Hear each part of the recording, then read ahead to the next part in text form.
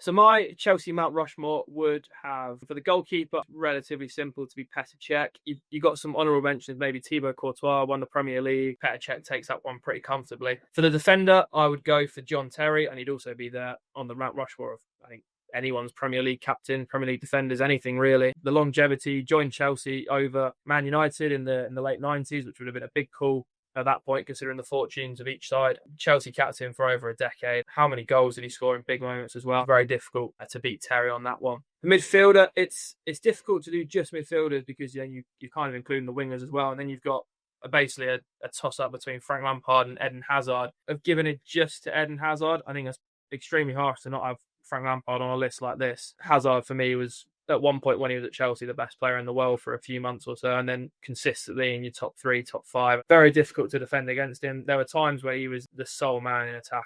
Some of the players that were around him were far and below his quality, and still getting Chelsea into top 4 title fights, things like that. And then for striker, Didier Drogba. Everyone seems to know about Chelsea's number 9 curse and not having particularly players that suit the level of club that Chelsea have been and where they believe they should be. But Drogba was that big game player. Love playing against Arsenal, which is always going to go down well with Chelsea fans. So I'll go for Drogba as my striker.